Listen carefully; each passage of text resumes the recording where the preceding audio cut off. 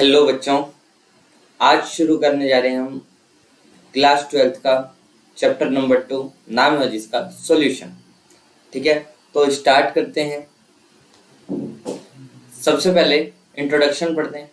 बेटा देखो, आज हम जितने भी कंपाउंड के कांटेक्ट में आते हैं ना, in normal life we rarely come across pure substances.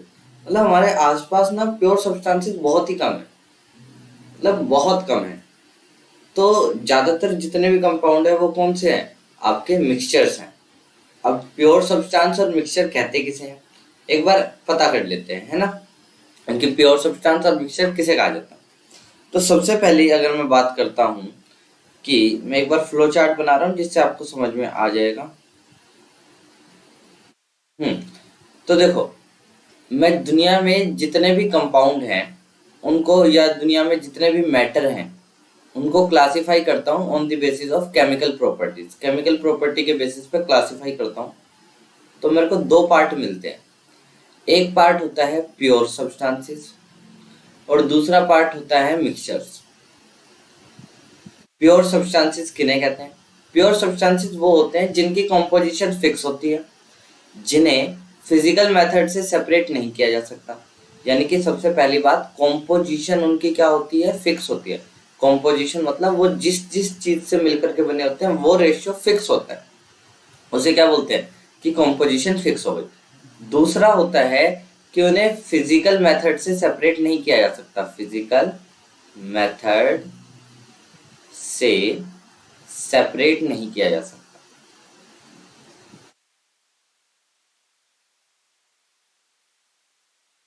Separate नहीं किया जा सकता। सर फिजिकल मेथड क्या होते हैं? जैसे सुखा करके, छान करके, या फिर उबाल करके, ये सारे मेथड आते हैं आपके फिजिकल मेथड में, है ना। कि आपने छान लिया, हाथ से अलग कर लिया, या फिर क्या नाम है, उबाल करके, ये सारे फिजिकल मेथड है। तो फिजिकल मेथड से जिन्हें सेपरेट नहीं किया जा सकता, कॉम्पोजिशन उनकी फिक्स होती है, ऐसे कंपाउंड को हम कहते हैं प्योर कंपाउंड या प्योर मैटर। दूसरा क्या आता है? दूसरा आता है आपके पास मिक्सचर। मिक्सचर किन्हें कहते हैं? जिनकी बेटा कॉम्पोजिशन फिक्स ना हो। जैसे पानी में नमक मिला दिया, अब 1 चम्मच भी नमक मिला सकते हो, 2 चम्मच भी मिलाओगे। 1 चम्मच मिलाओगे तो भी वो सॉल्टी वाटर होगा, 2 चम्मच नमक मिलाओगे तो भी वो सॉल्टी वाटर होगा। तो कॉम्पोजिशन फिक्स नहीं होती। कॉम्पोजिशन फिक्स नहीं होती। दूसरा होता है फिजिकल मेथड से सेपरेट किया जा सकता है। जैसे पानी में नमक मिला दिया, तब वो इजीली क्या हो जाएगा? सेपरेट हो जाएगा, है ना। आपने उसे धूप में रख दिया तो पानी इवेपोरेट हो जाएगा और आपके पास खाली नमक मिल जाएगा। अब मिक्सचर भी दो तरीके के होते हैं। एक होता है होमोजीनस मिक्सचर और एक होता है हेटेरोजीनस मिक्सचर। होमोजीनस मिक्सचर किसे कहते हैं? होमोजीनस मिक्सचर का मतलब होता है कि जो कॉम्पोजिशन है, जो कंसंट्रेशन है, वो पूरे मिक्सचर के अंदर इक्वली डिस्ट्रीब्यूटेड हो रखी है। जैसे अगर आप चाय पीते हो तो पहली घूंट पियोगे चाय की और दूसरी घूंट पियोगे तो दोनों में टेस्ट सेम आएगा ना। तो अगर टेस्ट सेम आ रहा है, इसका मतलब ये है, क्या है मतलब? इसका मतलब ये है कि पानी और जो चाय है उसमें चीनी इक्वली डिस्ट्रीब्यूटेड है, चाय पत्ती इक्वली डिस्ट्रीब्यूटेड है। ऐसे सॉल्यूशन को कहते हैं होमोजीनियस मिक्सचर। एग्जाम्पल है आपका, वाटर के अंदर आपने क्या ऐड कर दिया बेटा? थोड़ा सा सॉल्ट या शुगर। वहीं पर हेट्रोजीनियस मिक्सचर के अंदर कंसंट्रेशन इक्वल नहीं होती, हर जगह कंसंट्रेशन अलग अलग होती है। जैसे पानी में मिट्टी मिला दो तो जो बड़े पार्टिकल होंगे वो नीचे बैठ जाएंगे, छोटे पार्टिकल ऊपर तैरते रहेंगे, तो कॉम्पोजिशन सेम कहाँ रही? जैसे आपने एक बाउल लिया, उसमें कच्ची दाल और कच्चे चावल डाल दिए, तो हर जगह चावल और दाल का रेशियो सेम नहीं होगा, अलग अलग रेशियो आएगा। तो ऐसे सॉल्यूशन को, ऐसे मिक्सचर को बोलते हैं हेट्रोजीनस मिक्सचर। यहाँ तक क्लियर है? अब प्योर सब्सटेंस भी समझ में आ गया, मिक्सचर भी समझ में आ गया। मिक्सचर के अंदर ये जो होमोजीनस मिक्सचर होता है ना, जो होमोजीनस मिक्सचर होता है, इसी का नाम होता है बेटा सॉल्यूशन। इसी को हम बोलते हैं सॉल्यूशन। तो जो आपका सेकंड चैप्टर है जिसका नाम है सॉल्यूशन, वो और कुछ नहीं, होमोजीनस मिक्सचर होता है।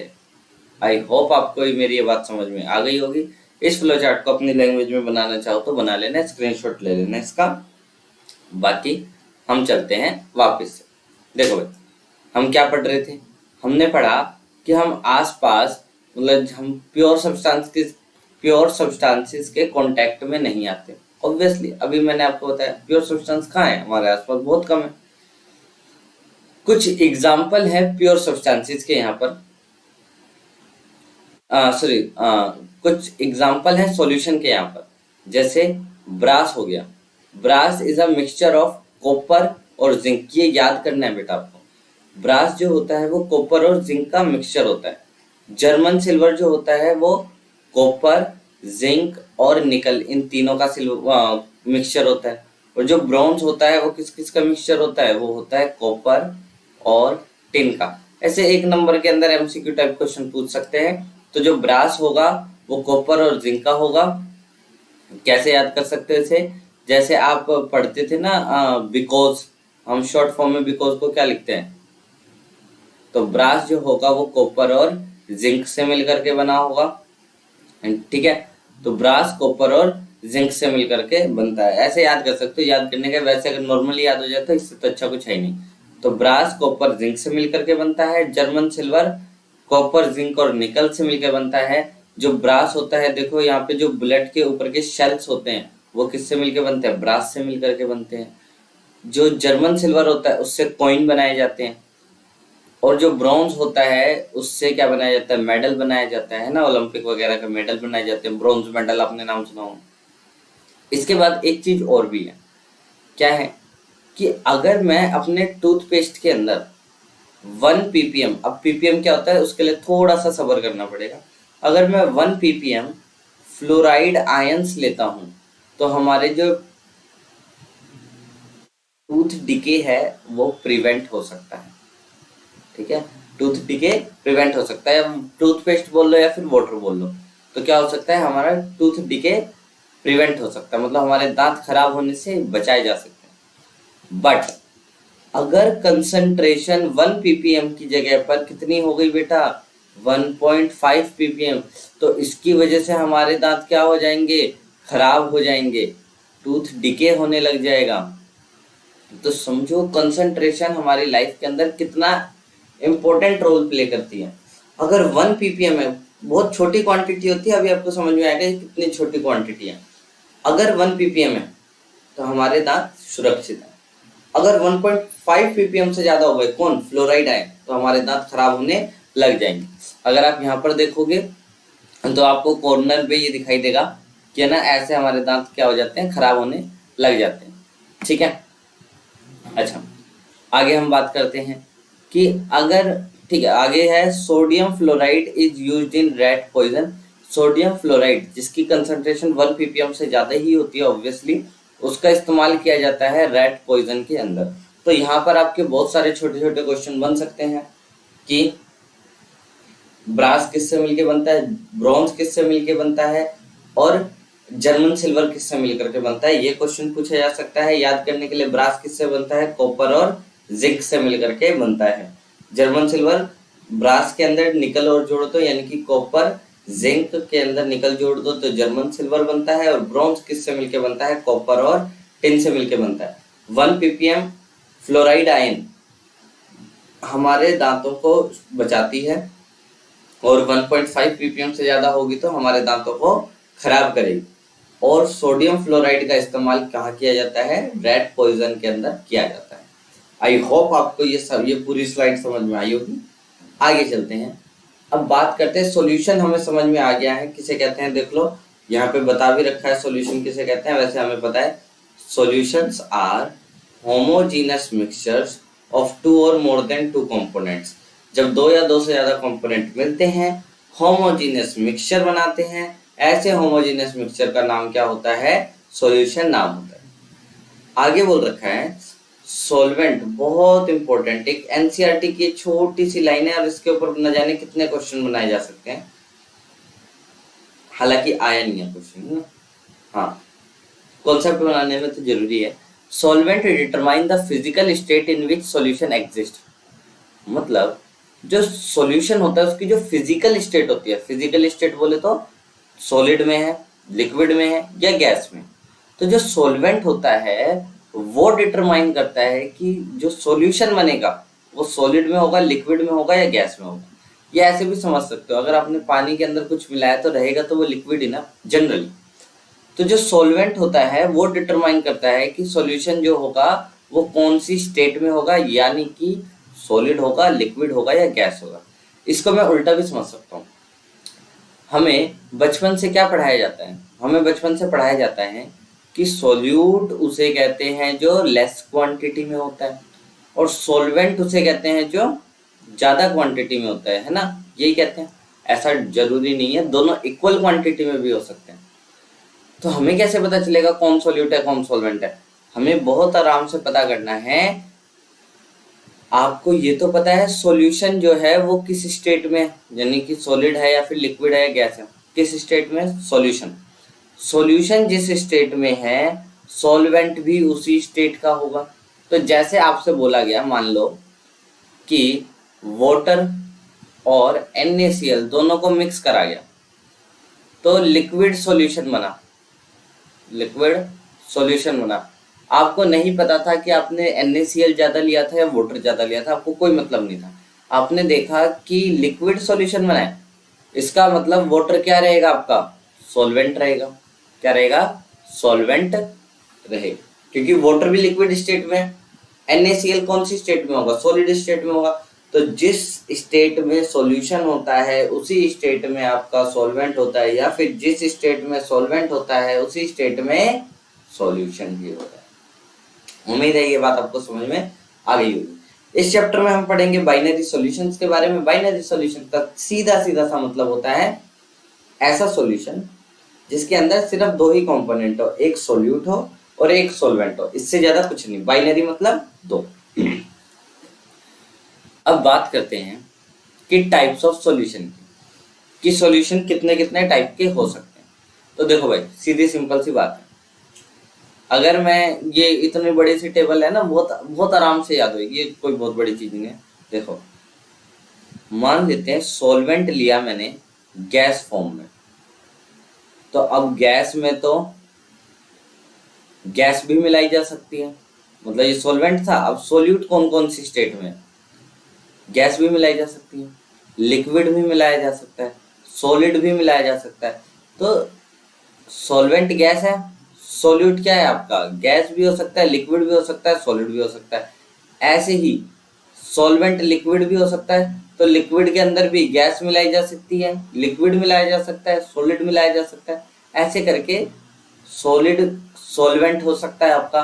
सॉलिड सॉल्वेंट के अंदर गैस भी मिलाई जा सकती है, लिक्विड भी मिलाया जा सकता है और सॉलिड भी मिलाया जा सकता है। तो ऐसे करके 9 केसेस बनते हैं आपके। यहाँ देखो जो टेबल दे रखी है, सॉल्यूट गैस है, सॉल्वेंट भी गैस है, वही हो गया। इस पूरे को अगर मैं हटा करके, सिर्फ एक सेकंड में हटा ही देता हूँ।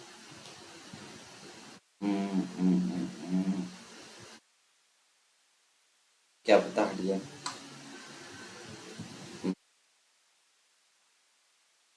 इन सबको हटा करके मैं खाली इसकी जगह पर क्या लिख दूं, मैं इसकी जगह पर लिख देता हूँ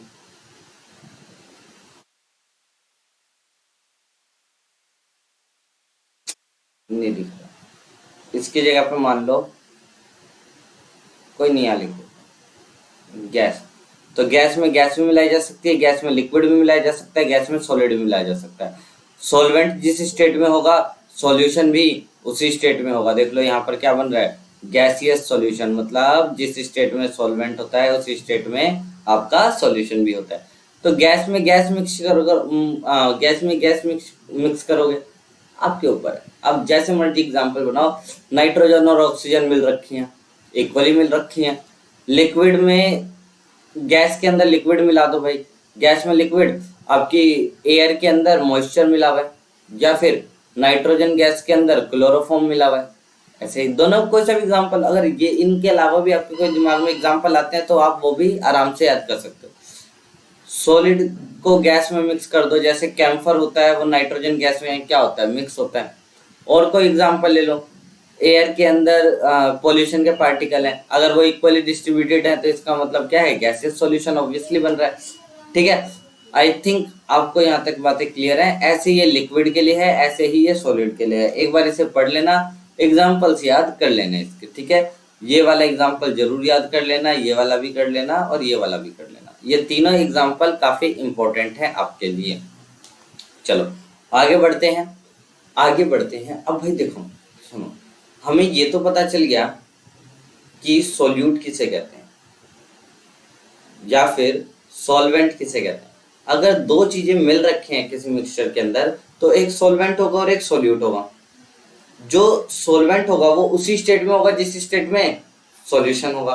तो सॉल्वेंट और सोल्यूट पता चल गया, हमें कैसे पता करना है ना। अगर आपके दिमाग में आ रहा हो सर ऐसा भी तो हो सकता है कि जो सोल्यूट हो वो भी गैस में हो और सॉल्वेंट भी गैस में हो, अब कैसे पता चलेगा? क्योंकि सॉल्यूशन तो किस में बनेगा, गैस में बनेगा। जो सॉल्यूशन होगा वो भी किस में होगा, गैस में होगा। अब कैसे पता चलेगा सर कि कौन सॉल्यूट और कौन सॉल्वेंट है? इन दैट केस आप नंबर ऑफ मोल्स निकाल सकते हो दोनों के, नंबर ऑफ मोल्स निकाल सकते हो दोनों के। जिसके नंबर ऑफ मोल्स ज्यादा आएंगे उसी को क्या बोलेंगे, सॉल्वेंट बोलेंगे, और जिसके नंबर ऑफ मोल्स कम आएंगे उसको सोल्यूट बोलेंगे। सोल्यूट और सॉल्वेंट हमें पता चल चुके हैं, लेकिन कितना सोल्यूट है कितना सॉल्वेंट है ये कैसे पता चलेगा? इसे बोलते हैं क्वांटिटेटिव एनालिसिस। मतलब अब हम क्वांटिटी पता कर रहे हैं। अभी तक हमने क्वालिटी पता करी कि सोल्यूट किसे कहते हैं, सॉल्वेंट किसे कहते हैं। अब हम पता करेंगे कि सोल्यूट है कितना, सॉल्वेंट है कितना। ठीक है, तो अब क्वांटिटी पता करनी है तो हमें कुछ ना कुछ फॉर्मूला भी चाहिए होगा। तो फॉर्मूला है सबसे पहले निकालने का, बहुत इजी है, बहुत इजी है। क्या है? सबसे पहला है मास बाय मास परसेंटेज। इसी को हम मास परसेंटेज के नाम से भी जानते हैं। इसे एक्सप्रेस करा जाता है W by W percentage, W by W percentage. इसे कराने से पहले मैं आपसे क्वेश्चन पूछता हूँ। देखो बहुत इजी सा क्वेश्चन है। ये मेरे पास एक सर्कल है इसके 4 हिस्से कर दिया अगर मैंने, मान लो कि इक्वली हैं, चारों इक्वल हैं, और मैंने इसका एक पोर्शन कवर कर दिया, कलर कर दिया। अब मैं आपसे पूछता हूं percentage of coloured portion, percentage of coloured portion. तो आप कहोगे सर देखो टोटल इसमें है 4 और 4 में से एक आपने कलर कर दिया, इसे 100 से मल्टीप्लाई कर दो तो ये आ जाता है आपका 25%। पता चल गया साहब। सेम बात आपको यहां पर भी निकालनी है। क्वेश्चन में क्या दे रखा है, वेट बाय वेट क्वेश्चन कह रहा हूं, क्या बोल रखा है, मास बाय मास परसेंटेज या फिर W बाय W परसेंटेज। यानी कि W बाय W परसेंटेज। इसका मतलब ये नहीं लग रहा आपको कि ऊपर भी क्या रखा जाएगा, मास, नीचे भी क्या रखा जाएगा, मास। इनटू में कर देंगे हम 100 तो आपको मास बाय मास परसेंटेज पता चल जाएगा। कितना इजी है, ऊपर भी मास रखा नीचे भी मास रखा, इनटू 100 कर दिया। लेकिन सर ऊपर किसका मास रखे नीचे किसका मास रखे, मतलब सिंपल, जैसे अभी ये करा था, सर्कल लिया था, 4 हिस्से बनाए थे, एक पोर्शन करा था, कलर करा था, तो क्या बोला था 1/4। यानी कि जिसका पूछा गया हो, जिसकी परसेंटेज पूछी गई हो उसे रखना है ऊपर, नीचे किसको रखना है, टोटल को नीचे रखना है। यानी कि क्या मैं इसे ऐसे बोल सकता हूं, अगर जनरली सोल्यूट का पूछा जाता है 99% केसेस में सोल्यूट का आपको परसेंटेज दे रखी होती है। अगर नहीं बता रखी, आपको बोल दिया कि किसी सॉल्यूशन में इतना परसेंट, इतना मास परसेंटेज इसका है, तो ऑटोमेटिकली वो क्या बन जाएगा, सोल्यूट बन जाएगा। तो जनरली सोल्यूट का ही पूछते हैं।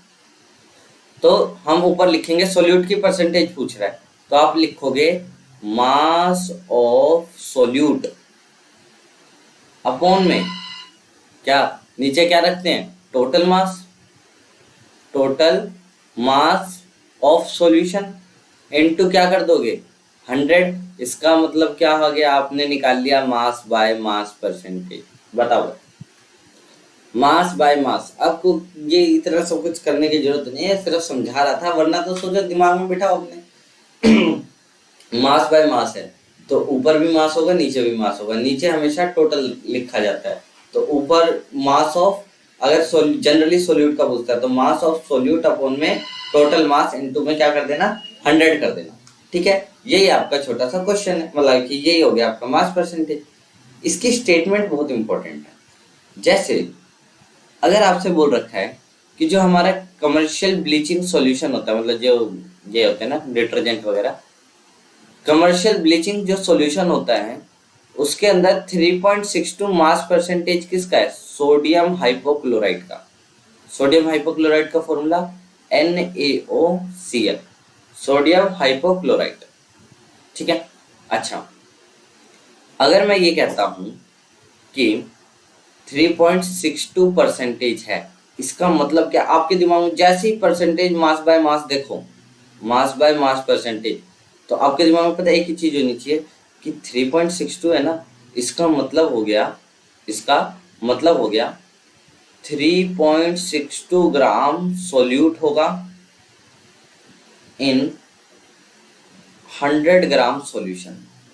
आपको 3.62 किसका दे रखा है, सोडियम हाइपोक्लोराइड का ना, तो आपका मतलब है सोल्यूट की जगह क्या लिख दोगे आप, सोल्यूट की जगह लिख दोगे NaOCl, 100 ग्राम सॉल्यूशन। मतलब अगर आपने 100 ग्राम ब्लीचिंग सॉल्यूशन लिया, कमर्शियल ब्लीचिंग सॉल्यूशन लिया, तो उसमें 3.62 ग्राम आपके क्या मिलेंगे, NaOCl यानी कि सोडियम हाइपोक्लोराइड मिलेगा। उम्मीद है ये बात आपको समझ में आई होगी। बहुत सिंपल है ना, बहुत बेसिक है, ये तो बहुत ज्यादा बेसिक हो गया। वही है जो मैंने आपको बात बताई कि ये इंडिपेंडेंट ऑफ देयर क्वांटिटी होते हैं, मतलब सोल्यूट और solvent independent of their quantity, बराबर भी हो सकते हैं, ज्यादा भी हो सकते हैं, कम भी हो सकते हैं, इसमें कोई भी बराबर वो नहीं है। अगर दोनों इक्वल आ जाए तो उस केस में क्या करो, नंबर ऑफ मोल्स जिसके ज्यादा होंगे वही आपका क्या बन जाएगा, सॉल्वेंट बन जाएगा।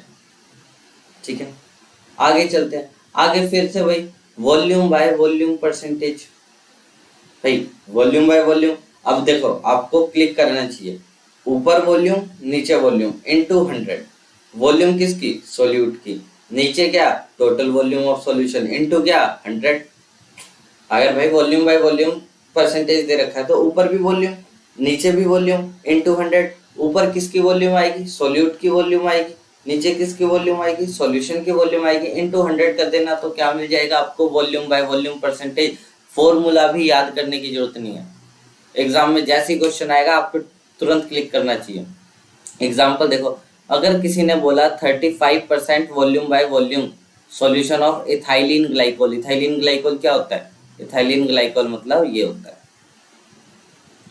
अब 35% वॉल्यूम बाय वॉल्यूम है, इसका मतलब क्या है, इसका मतलब है 35 मिलीलीटर ऑफ इथाइलिन ग्लाइकोल, ये सोल्यूट है ना, 35 millilitre of ethylene glycol present in 100 millilitre of solution. 100 millilitre के अंदर 35 मिलीलीटर आपका इथाइलिन ग्लाइकोल होगा। और अगर आप मिलीलीटर की बजाय लीटर लेना चाहो तो 100 लीटर सॉल्यूशन में 35 लीटर आपका क्या होगा, इथाइलिन ग्लाइकोल होगा। जो 35% इथाइलिन ग्लाइकोल सॉल्यूशन यूज किया जाता है कार्स के अंदर, ताकि वो एंटी फ्रीज की तरह काम कर सके। जो गाड़ियां बहुत ज्यादा ठंडे इलाकों में रहती हैं, रशिया वगैरह, उधर जितने भी पोल्स के पास जितने भी नेशंस हैं, उनमें जो गाड़ियां होती हैं वहां पर टेम्परेचर बहुत कम चला जाता है, बहुत ज्यादा माइनस में चला जाता है।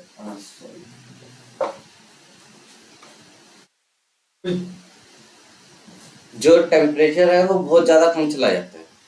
और अगर टेम्परेचर बहुत ज्यादा कम चला जाता है तो वहां पर क्या करना पड़ता है हमें, टेम्परेचर कम जाने की वजह से पानी जम ना जाए, इंजन के अंदर जो वाटर हम पानी डालते हैं वो जम ना जाए, इसलिए पानी के अंदर 35% हम इथाइलिन ग्लाइकोल का सॉल्यूशन मिक्स कर देते हैं। तो इथाइलिन ग्लाइकोल का सॉल्यूशन मिक्स कर देंगे तो क्या होगा, पानी का जो फ्रीजिंग पॉइंट है वो कम हो जाएगा, -17 डिग्री सेल्सियस तक चला जाएगा। अब -17 में भी कार का जो इंजन के अंदर हम पानी डालते हैं वो फ्रीज नहीं होगा, तो आपका जो वाटर होगा वो ज्यादा टाइम तक सरवाइव कर सकता है। ठीक है, जमेगा नहीं, इंजन को ठंडा रखने का काम करे। Mass by volume percentage, again वही मास बाय वॉल्यूम, यानी कि ऊपर मास आएगा नीचे वॉल्यूम आएगी, ऊपर आएगा सोल्यूट का मास नीचे आएगा सॉल्यूशन की वॉल्यूम, इनटू में 100 कर देना, mass by volume percentage, mass by volume percentage भी समझ में आ गया। पीपीएम को थोड़ा सा रोकते हैं, पहले पीपीएम से अगला करते हैं, ठीक है, पीपीएम से एक बार अगला करते हैं, बात करते हैं मोल फ्रैक्शन की।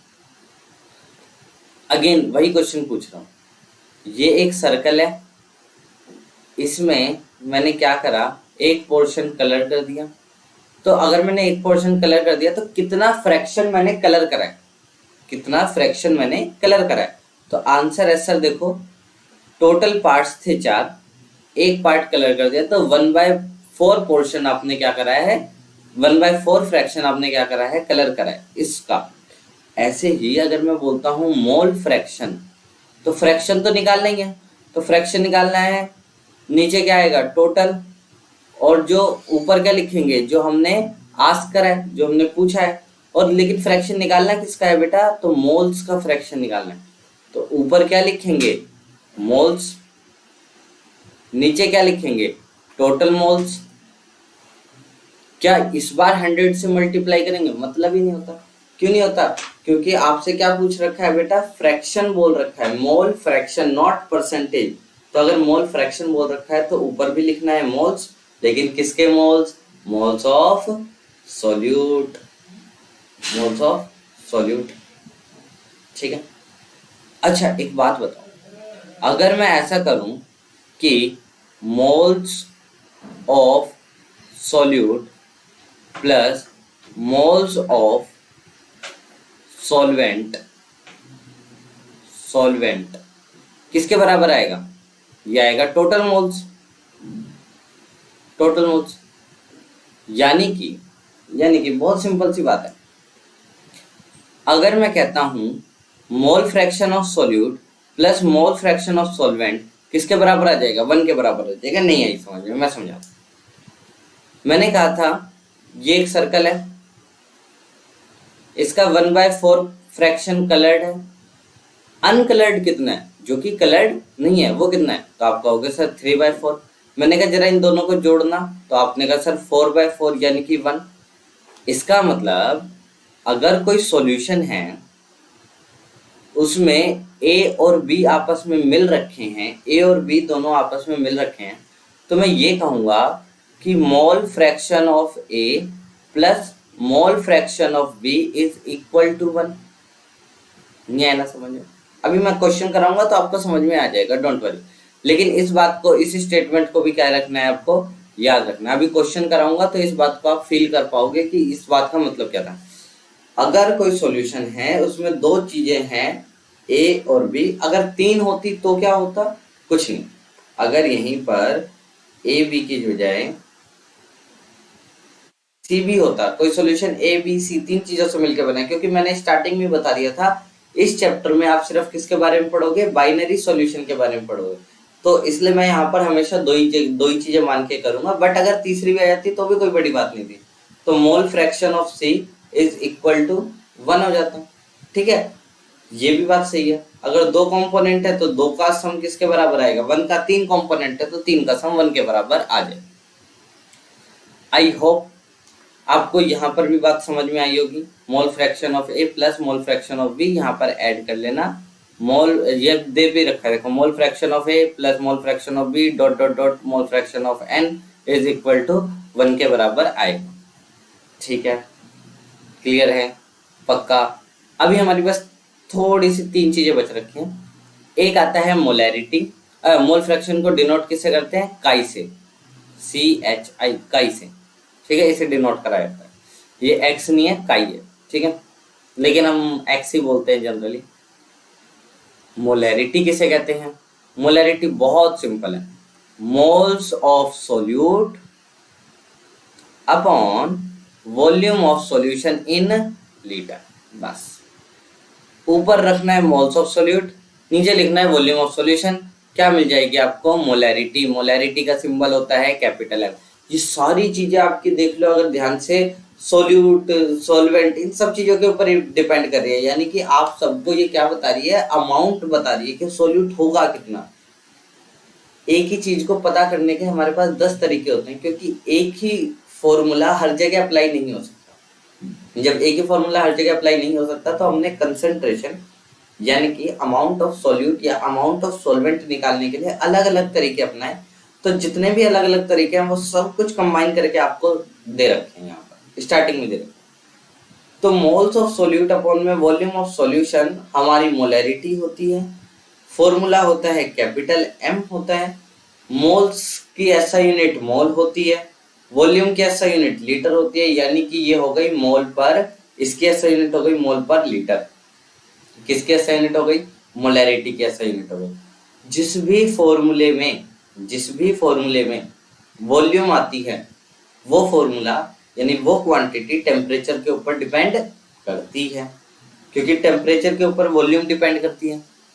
तो जिस भी क्वांटिटी में, जिस भी फॉर्मूले में वॉल्यूम आपको दिख जाए, जैसे मोल फ्रैक्शन था, क्या मोल फ्रैक्शन में वॉल्यूम आई थी? नहीं। Number of moles of component upon, component मतलब सॉल्यूट अपॉन में टोटल नंबर ऑफ मोल्स, ऊपर भी मोल नीचे भी मोल।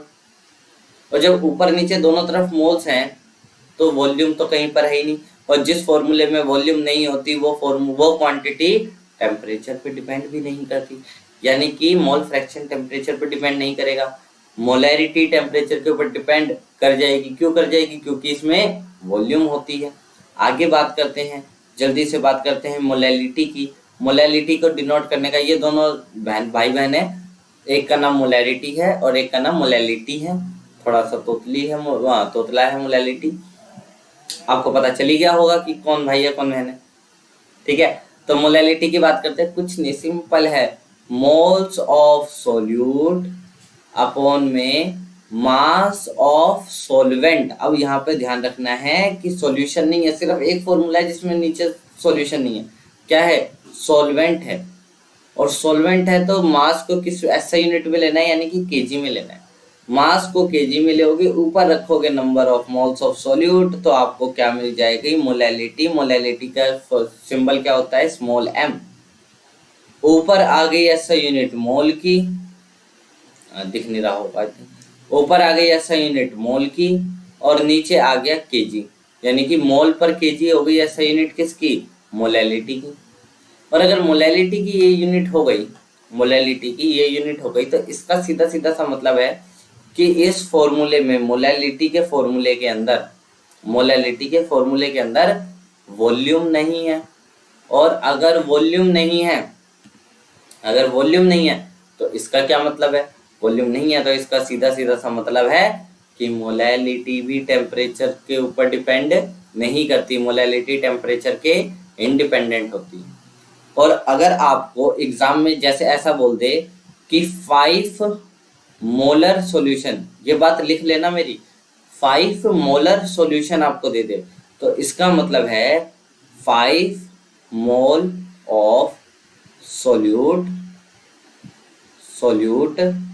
Present in 1 litre of solution.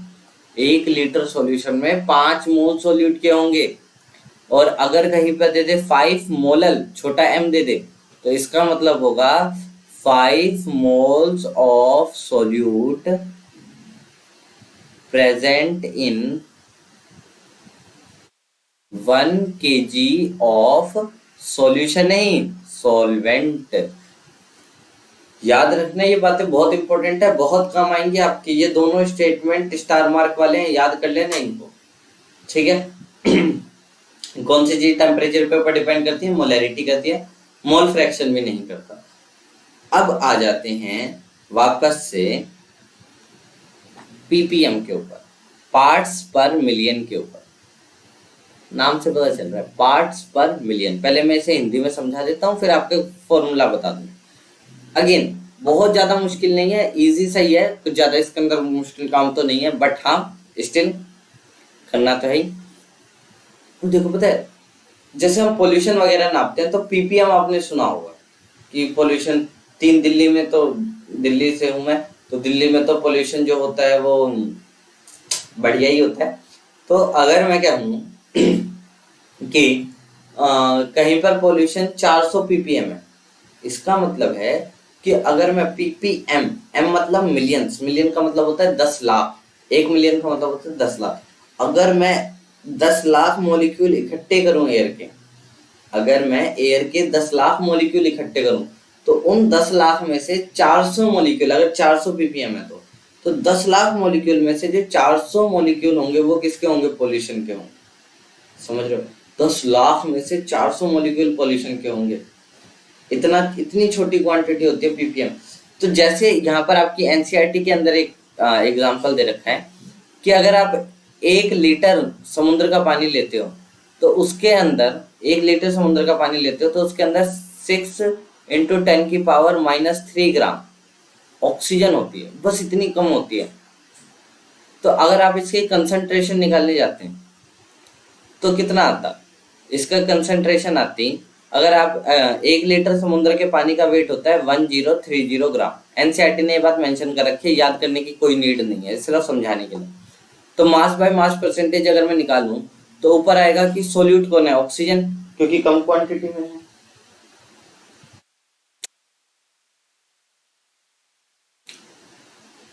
कोई नहीं, हम पढ़ लेंगे, ठीक है। कम क्वांटिटी में कौन है? ऑक्सीजन। और अगर ऑक्सीजन कम क्वांटिटी में है बेटा, तो इसका क्या मतलब है कि ऊपर लिखा जाएगा मास ऑफ ऑक्सीजन अपॉन में टोटल मास। टोटल मास कितना होता है समुद्र के पानी का? 1030 ग्राम। तो ये अराउंड आती है 0 पॉइंट, अगर मैं करता हूं तो 0.0000658 इतना कम आता है। मतलब देख रहे हो, 0.00 यहाँ दिखेगा 0.00058%। अगर आप बताओगे तो कितनी छोटी क्वांटिटी हो गई है। इतनी छोटी क्वांटिटी हो गई कि हम अपनी कैलकुलेशन ही नहीं कर सकते। हम डेसिमल में मैक्सिमम 2 या 3 डिजिट तक जाते हैं, इससे आगे जाते भी नहीं। और अगर इतनी कम क्वांटिटी हमारे पास है ऑक्सीजन की, तो इसके लिए तो कुछ करना पड़ेगा। ये तो हमारे लिए कैलकुलेशन के लिए होगा ही नहीं। तो हम क्या करते हैं, मिलियन में कन्वर्ट करने के लिए इसे किससे मल्टीप्लाई कर देते हैं बेटा? 10⁻6 से मल्टीप्लाई कर देते हैं। सिंपल सीधी सी बात। तो अगर मैं 10⁻6 से मल्टीप्लाई कर देता हूं तो बहुत इजी से आराम से हमारा आंसर आ जाता है। क्या? 6 इंटू 10⁻³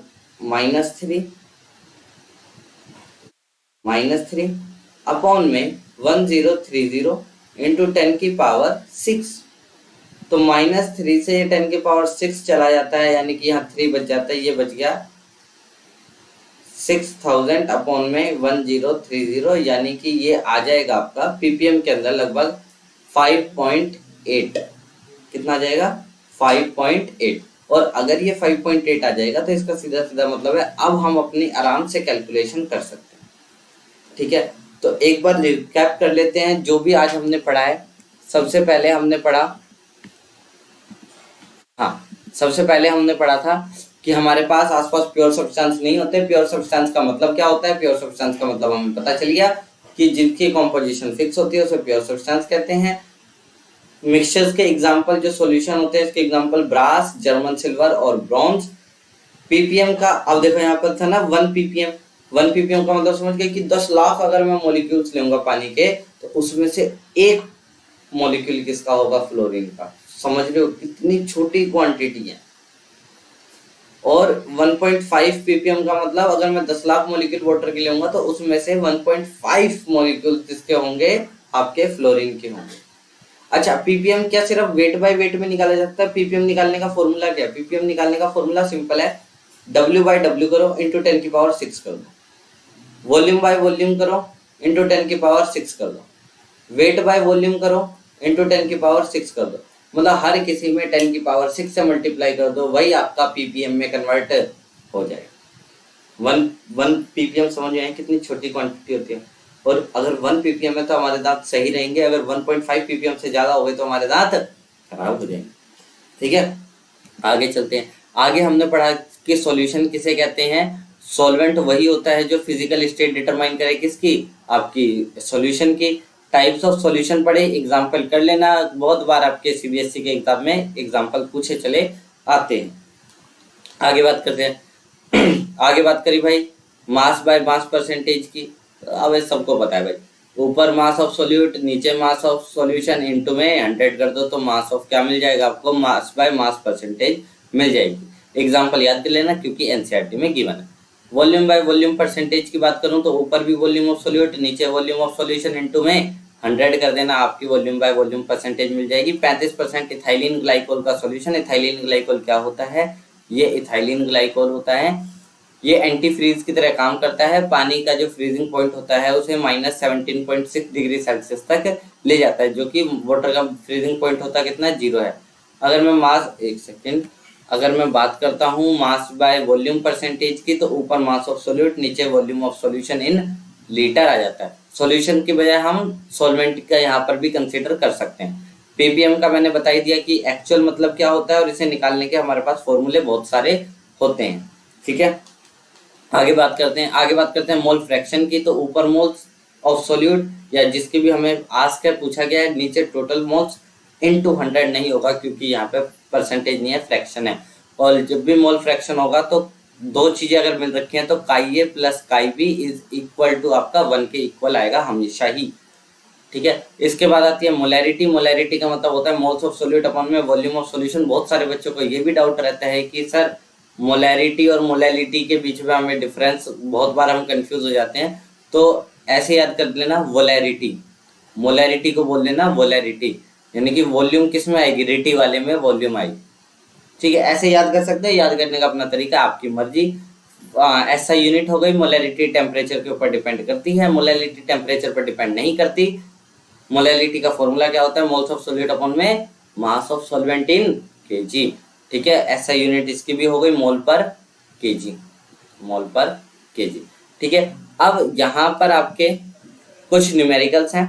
इन न्यूमेरिकल्स को भाई कोशिश करना कि खुद से सॉल्व करो।